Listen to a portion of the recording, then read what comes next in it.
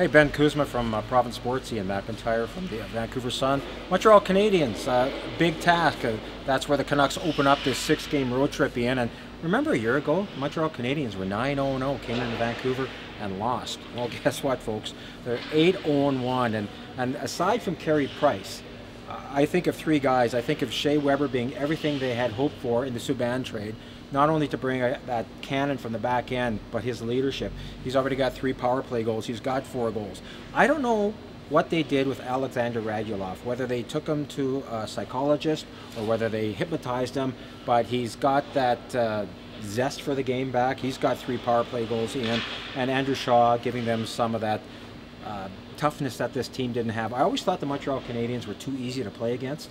Now they've got that going for them, and some guy in goal named Carey Price is back on top of his game. So you think of all these games on this road trip, to me that's the one that's the tallest mountain to climb by far. Yeah, the Canucks also get the Rangers on a back-to-back situation. I think that game looks unwinnable as well. I'd agree with you. I think this Montreal one is the toughest of the 6. I mean, the Canadiens have allowed the fewest goals in the NHL. The Canucks have scored the fewest goals in the NHL.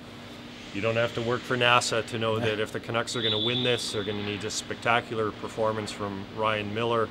They're going to need, outstanding defensive play, and they're probably going to need at least something from their power play, which has only generated 3 goals so far. Yeah, it's interesting about Montreal. They weren't the Shea Weber trade obviously was one of the massive moves of the summer, but in terms of free agency and adding other players, the moves were a little bit under the radar, and yet they have rebranded their team, and I agree with you. They do have, what did John Tortorella used to say, stiff? They are a lot more stiffer to play against than they used to be, and yet they still have that great team defense first dynamic, and they've got the best player in the world, not only the best goalie, I think he's the best player right now, Carey Price, in net. So it's going to be a challenge for Vancouver to get anything out of this game. And we've both been there. You go to the Bell Center, it's different. I mean, there's still a mystique about the Habs, and I'm sure when you pull that jersey on, it still means something. You put that all together, that's one tough team to beat. I think about the only thing I can think of that's in Vancouver's favor as far as this game is that at least it comes first out of the 6.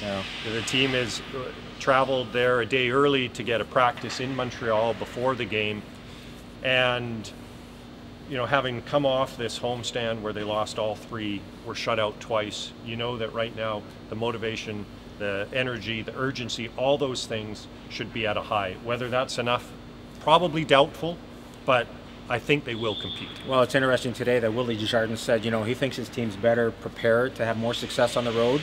He talked about structure, but then he kind of qualified it. Structure's great, Ian. If you can't score, you can't win. So let's see what happens. Hat trick for Louis Eriksson.